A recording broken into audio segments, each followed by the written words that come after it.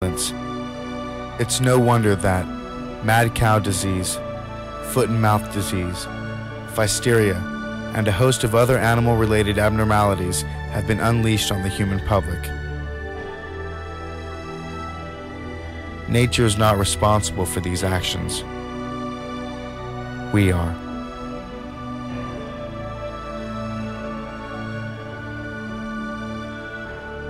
So a change is inevitable. Either we make it ourselves, or we will be forced to make it by nature itself. The time has come for each of us to reconsider our eating habits, our traditions, our styles and fashions, and above all, our thinking.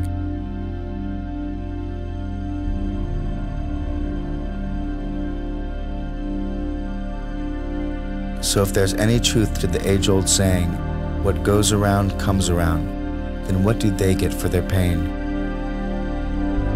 Do we even give it a second thought? If what goes around comes around, what do they get for their pain?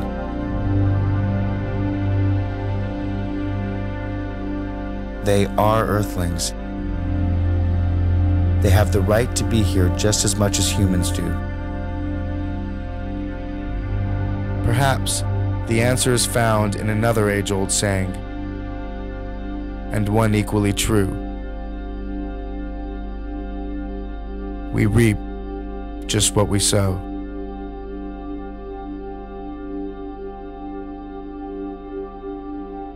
So of course animals feel, and of course they experience pain. After all, has nature endowed these wonderful animals with well springs of sentiment so that they should not feel? Or do animals have nerves in order to be insensitive?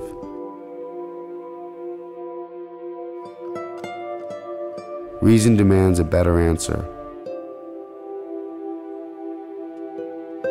But one thing is absolutely certain.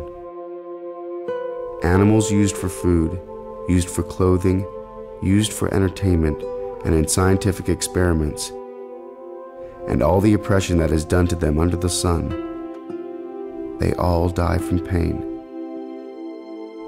Each and every one.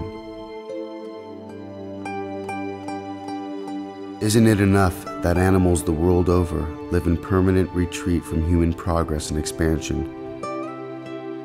And for many species, there is simply nowhere else to go. It seems the fate of many animals is either to be unwanted by man or wanted too much.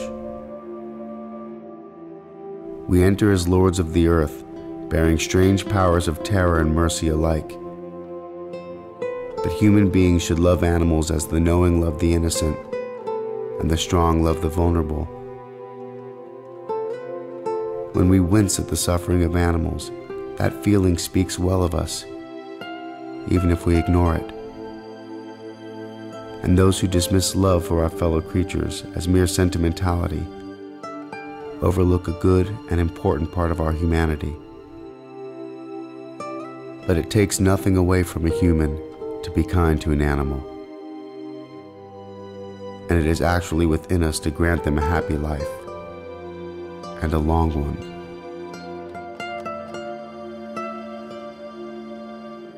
On the heath, King Lear asked Gloucester, "How do you see the world?" And Gloucester, who is blind, answered, "I see it feelingly. I see it feelingly." Three primary life forces exist on this planet: nature, animals,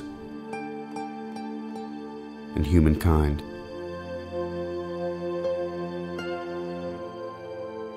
We are the Earthlings. Make the connection.